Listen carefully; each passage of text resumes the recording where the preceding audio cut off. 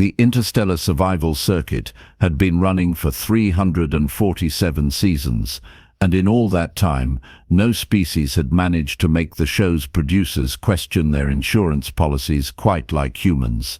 The premise was simple enough: throw together mixed species teams on the galaxy's most inhospitable rocks, film them struggling against nature's worst tantrums, and let the advertising revenue flow like water on a planet that actually had water.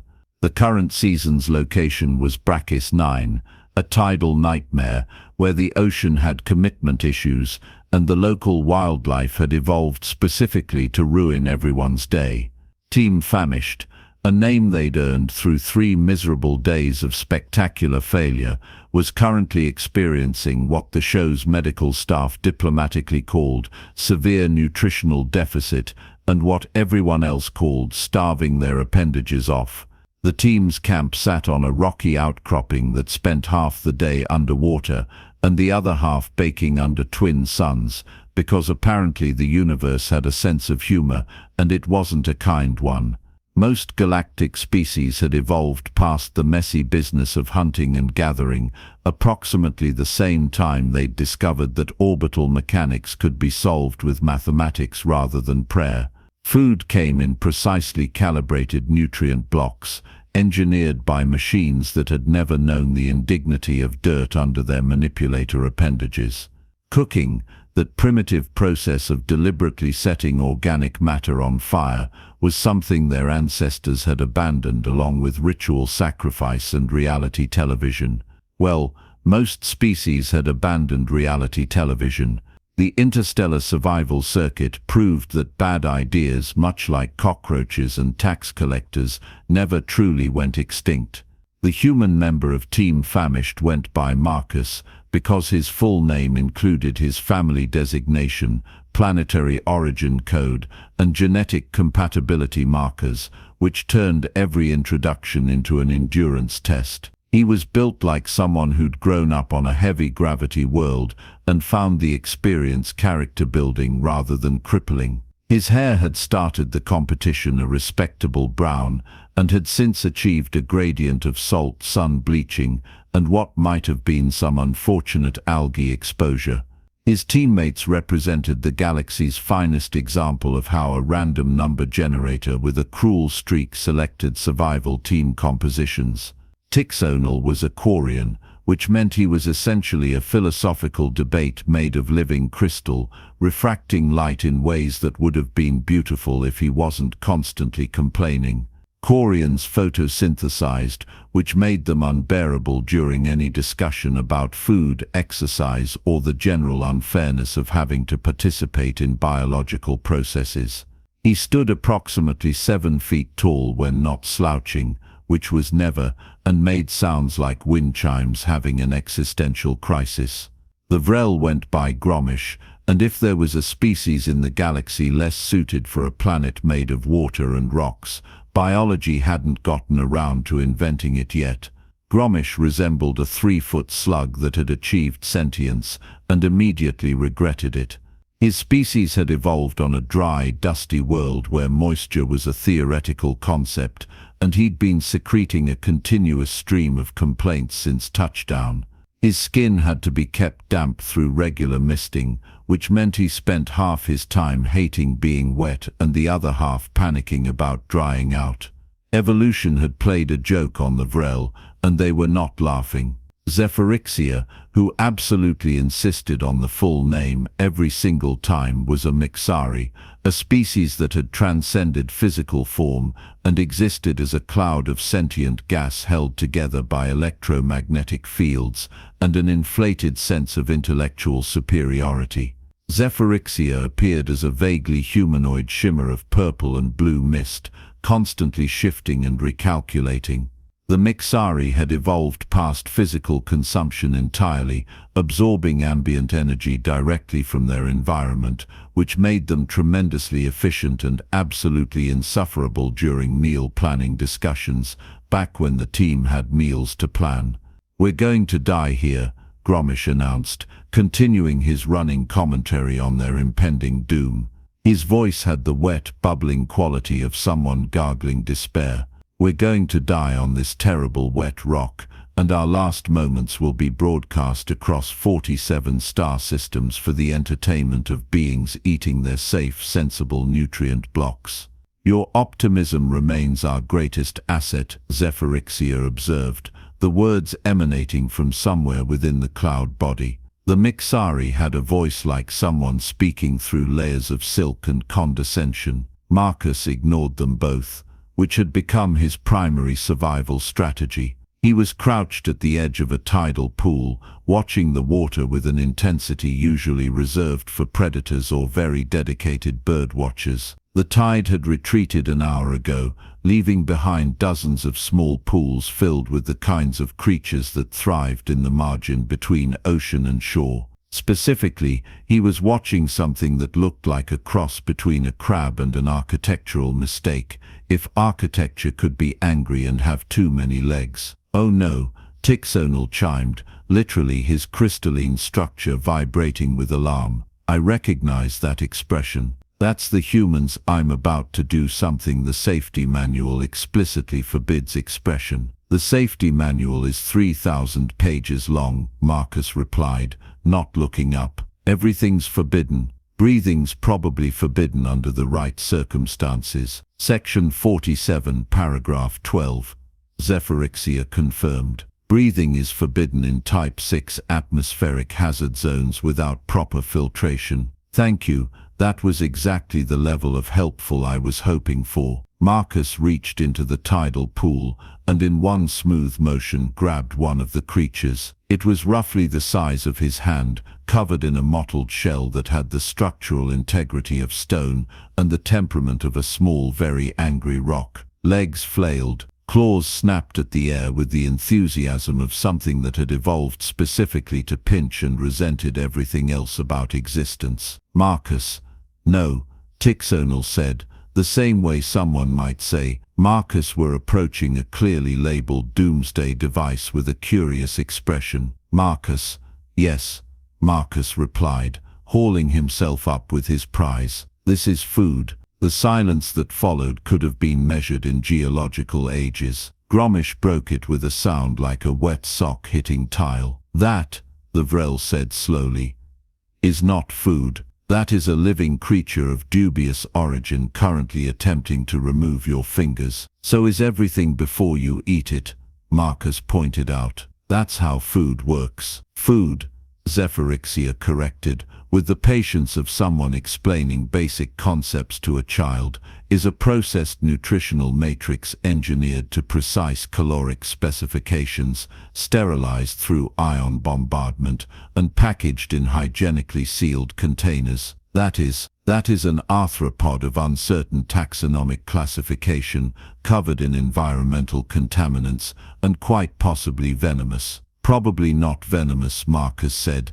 studying the creature as it continued its escape attempts. "Wrong body structure. And it's called shellfish, or close enough. My planet's got 1,000 varieties. You crack them open, cook them up, and they're delicious." "Cook them," Tixonal repeated. The crystal being's internal light dimmed, which Marcus had learned meant either deep thought or deep horror, often both.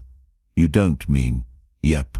Fire." "Absolutely not." Three voices, three different octaves of panic. Even Gromish, who'd spent the last 3 days narrating their impending doom, seemed genuinely alarmed by this specific path to death. Marcus had known this would be the reaction. Fire occupied a special place in galactic civilization's collective nightmares, filed somewhere between uncontrolled fusion reactions, and that time the Zarathians tried to weaponize a black hole. Most species had spent their entire evolutionary history avoiding fire, running from fire, or being naturally selected out of existence by fire. Humans had looked at fire and thought, but what if we made friends with it? The galaxy had never fully recovered from that particular plot twist in human development.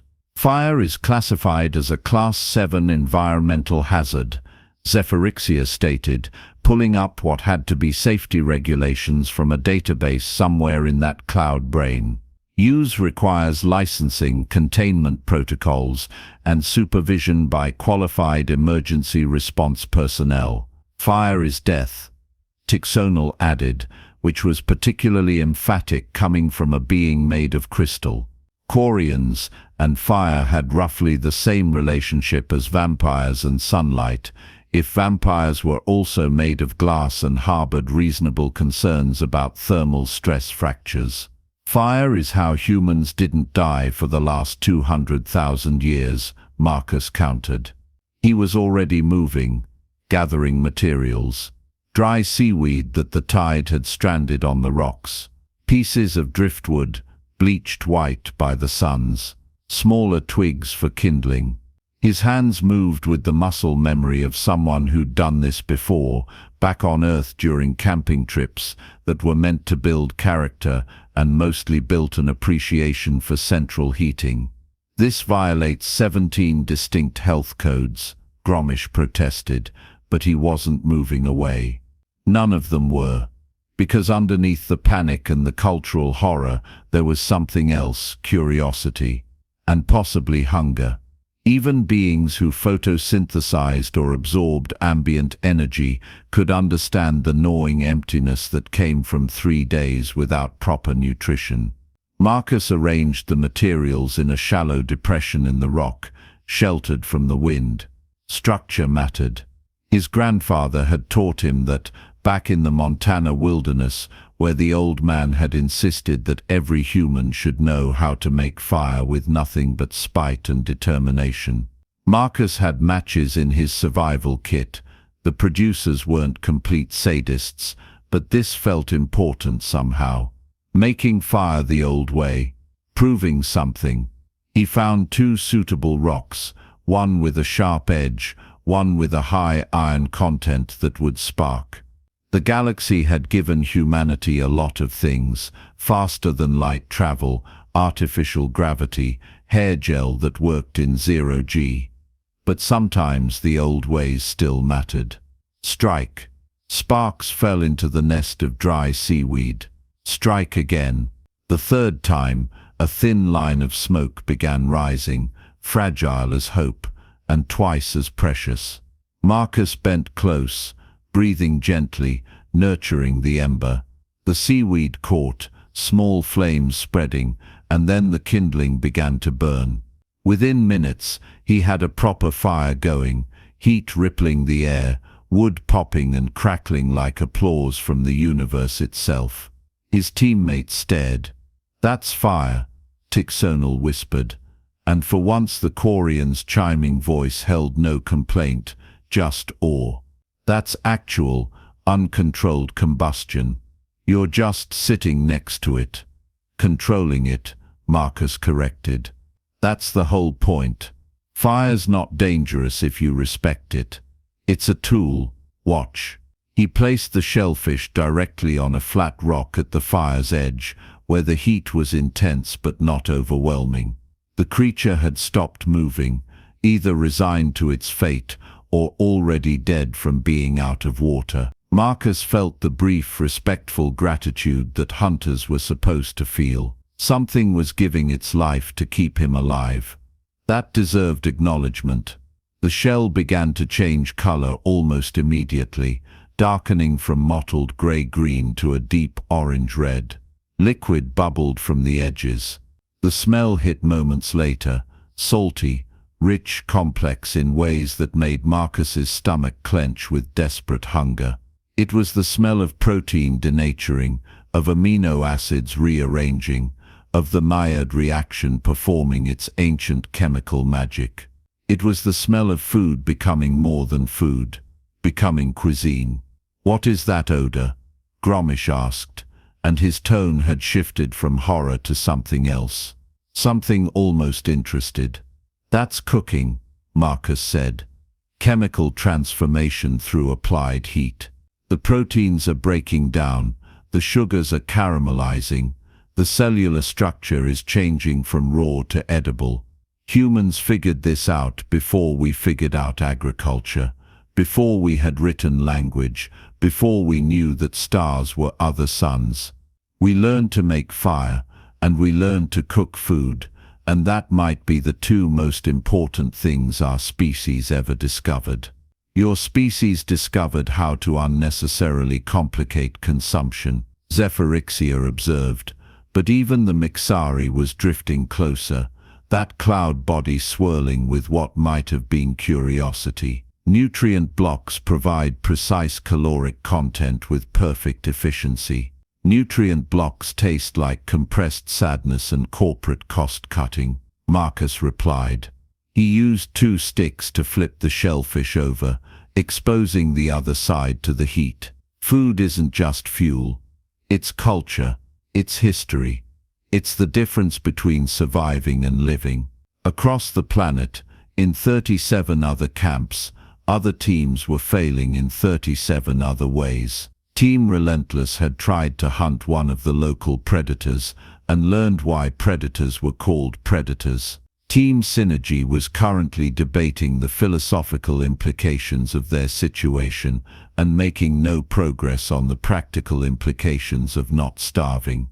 Team Maximum Effort had lived up to their name by putting in maximum effort and achieving minimum results, because effort without competence was just flailing with enthusiasm. And in the orbital production studio, where the show's staff monitored all teams simultaneously, alarms were going off.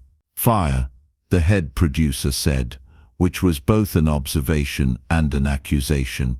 She was a Zalthrosian, a species that resembled a very organized octopus wearing business attire, and her tentacles were currently expressing emotions that didn't have names in standard galactic languages. The human is making fire. Section 83 of the regulations specifically. An assistant began. I know what the regulations say, the producer snapped. But look at the ratings. The ratings were, in technical terms, going absolutely insane. Viewership had spiked 40,000% in the last 10 minutes. Across the broadcasting networks, beings who'd been watching with casual interest were now glued to their screens. Social media feeds were exploding. The hashtag #FireCooking was trending on 17 different platforms. Because the galaxy, it turned out, had never seen anything quite like a human making dinner. Marcus used a piece of flat rock as a makeshift plate and cracked the shellfish open. The meat inside was white, steaming, perfect. He pulled a piece free and tasted it, and for a moment everything else ceased to exist. After 3 days of nothing but water and despair, food was a revelation. The texture was firm but tender, the flavor sweet and briny, tasting of the ocean and the fire, and survival itself. Oh, he said quietly. Oh, that's good. His teammates watched. They'd formed a semicircle around the fire, at what they clearly considered a safe distance, which was roughly 10 feet, and also not far enough if the fire suddenly decided to develop ambition. Is it safe? Tixonal asked. Cooking kills bacteria and parasites, Marcus explained between bites. Makes food safer, more digestible, more nutritious. We get more calories from cooked food than raw. That's probably why human brains got so big. We started cooking our food and had surplus energy for thinking. Dangerous proposition, giving humans surplus energy for thinking, Gromish muttered, but he was sliding closer. That does smell interesting. In a concerning way. Marcus gathered more shellfish from the tidal pools, dozens of them, enough for everyone. He cooked them in batches, learning the timing, adjusting for size and shell thickness. This wasn't just survival anymore. This was him showing off, demonstrating the alchemy that his species had perfected over countless generations. You should try some, he said, offering an open shellfish to Gromish. I'm going to regret this, the Vrel said, which might have been his species' motto. He extended a tentacle-like appendage, touched the meat cautiously, then retracted it immediately. It's hot. That's the point of cooking. It'll cool down. Give it a minute. They waited. The fire crackled. The suns beat down. The ocean prepared for its next invasion of their campsite, currently scheduled for 3 hours from now. Gromish tried again. He pulled a small piece of the shellfish meat free and inserted it into the eating orifice that served as his mouth. His entire body went still. Then he made a sound like bubbles percolating through mud, which Marcus had learned meant surprise. That's not terrible," Gromish said slowly. "Why is this not terrible? This should be terrible. You set it on fire." "I cooked it with fire," Marcus corrected. "Big difference. The flavor complexity is unexpected," Zephyrixia admitted. The Mixari couldn't eat, but could analyze chemical compositions through spectroscopic examination. "I'm detecting 17 different volatile compounds that weren't present in the raw state. The thermal decomposition has created entirely new molecular structures. This is applied chemistry." "This is lunch," Marcus said. But he was grinning now. Tixonal was the holdout, his crystalline form refracting the firelight into a dozen nervous rainbows. "I photosynthesize," he said firmly. "I have no need for char-broiled arthropods." "You've been complaining about being tired for 3 days," Marcus pointed out. "Your surface is covered in dust and grime. When's the last time you had good, clean light for photosynthesis?" That's beside the point. Just try it. 1 bite. If you hate it, you can go back to being smugly self-sufficient." The Quarian made a sound like wind chimes falling downstairs. But he approached. He extended one crystalline appendage, picked up a piece of the shellfish with surprising delicacy, and inserted it into the central cavity that served as his mouth. The light inside Tixonal's body flared.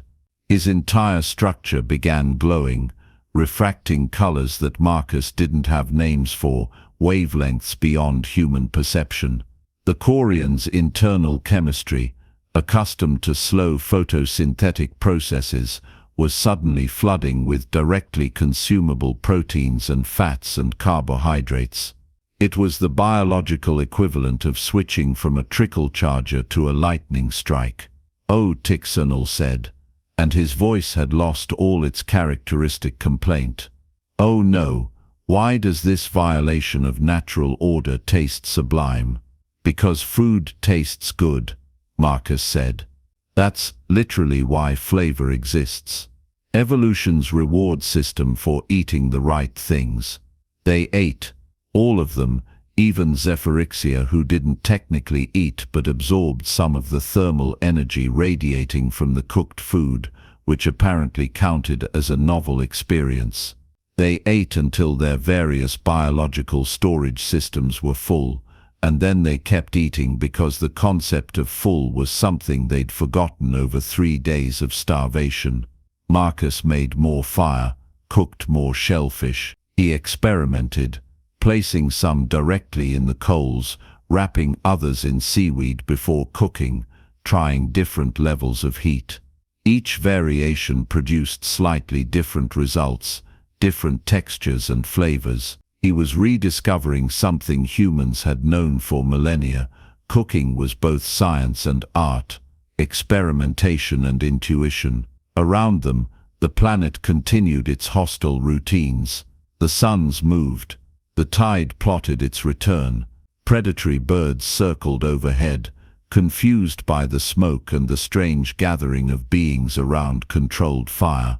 And across the planet, in other camps, things began to change. Team Synergy, having watched the broadcast from Team Famished's camp, attempted to replicate the fire-starting process. They succeeded admirably at creating smoke, failed spectacularly at creating actual fire, and ended up burning down their shelter.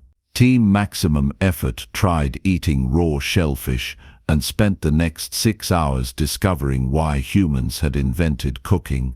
Team Relentless, showing unexpected humility, activated their emergency communicator and asked Team Famished for advice. Marcus walked them through it. Fire starting basics, cooking temperatures, food safety. He did it patiently, without mockery, because this wasn't about competition anymore. This was about sharing knowledge that his species had accumulated over countless generations, passed down from the first human who'd looked at fire and thought, I can use this instead of I should run from this. By the time Brachus 9's twin suns set, painting the sky in shades of copper and gold, 7 different teams had active fires burning. The planet's night was no longer purely dark, dotted instead with small points of light.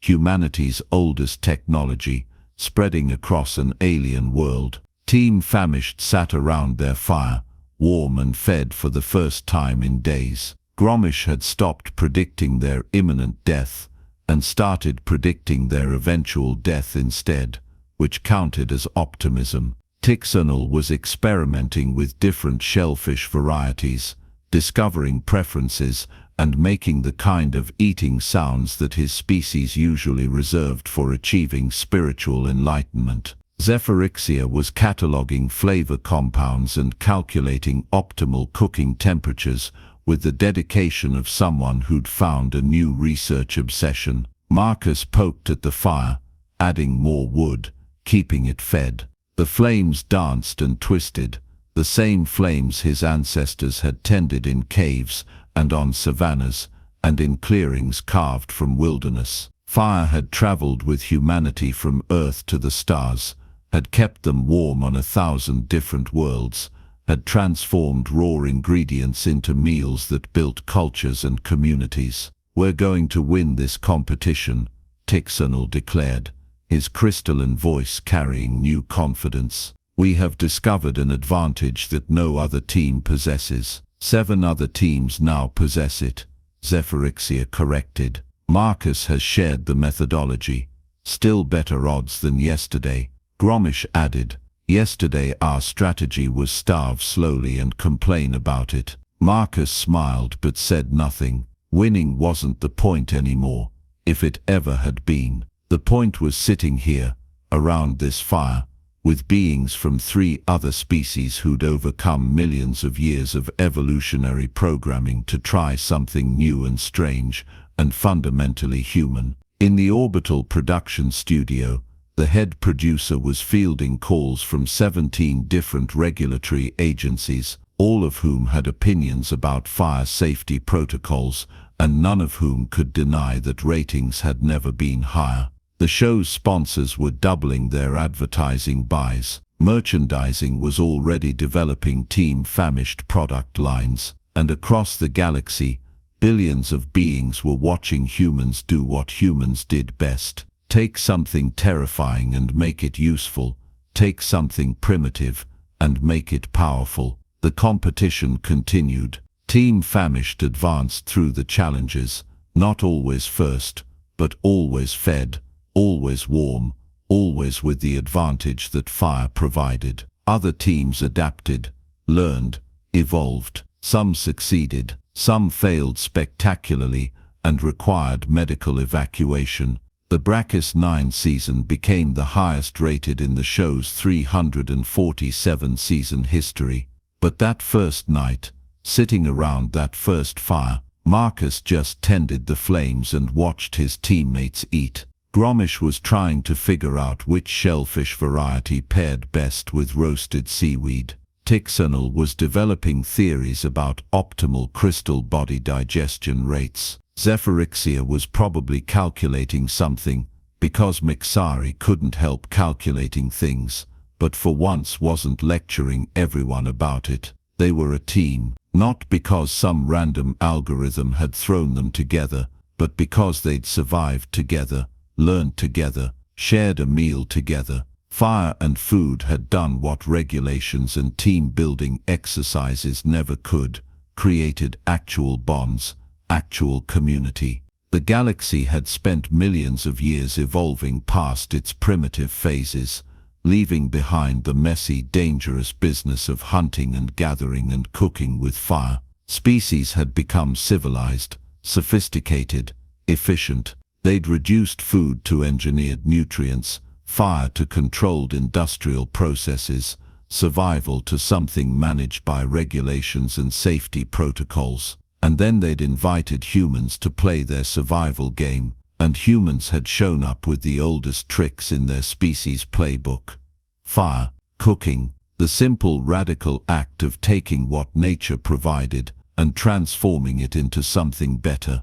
Team Famished eventually won their challenge, advanced in the competition, became minor celebrities across several star systems. Gromish wrote a memoir about the experience, titled, "I Thought We Would Die But Instead We Ate Well." Tixanal developed a line of Korean-compatible cooked foods that became surprisingly popular. Zephyrixia published 17 papers on the chemistry of cooking and won 3 academic awards. Marcus went home to Earth, where he opened a restaurant that served shellfish prepared over an open fire, and beings traveled from across the galaxy to experience humanity's ancient magic. But sometimes, late at night, Marcus would sit by a fire, in his hearth, or on a beach, or in the wilderness, where humans had first learned this skill, and remember Brachus 9. Remember the look on his teammates' faces when they first tasted cooked food. Remember the moment when ancient human knowledge became shared galactic wisdom. The galaxy had thought fire was primitive. They'd thought cooking was unnecessary. They'd evolved past such crude survival methods and considered themselves advanced for it. And then they'd gotten hungry enough to try something new and discovered that maybe humans had been onto something after all. Maybe there was wisdom in the old ways. Maybe civilization wasn't about leaving everything primitive behind, but about knowing which primitive skills were actually sophisticated technology in disguise. Fire had built humanity, and on Brachus 9, for one hungry team on one hostile planet, fire had built something else too, proof that the most ancient human tools could still be the most revolutionary, that the galaxy's newest species had lessons to teach that were older than most civilizations, and that sometimes the most advanced solution to a problem was the one humans had figured out 200,000 years ago. The fire crackled, the stars watched, and somewhere in the universe, another team faced another challenge, and wondered if maybe, just maybe, there was something to this cooking thing after all.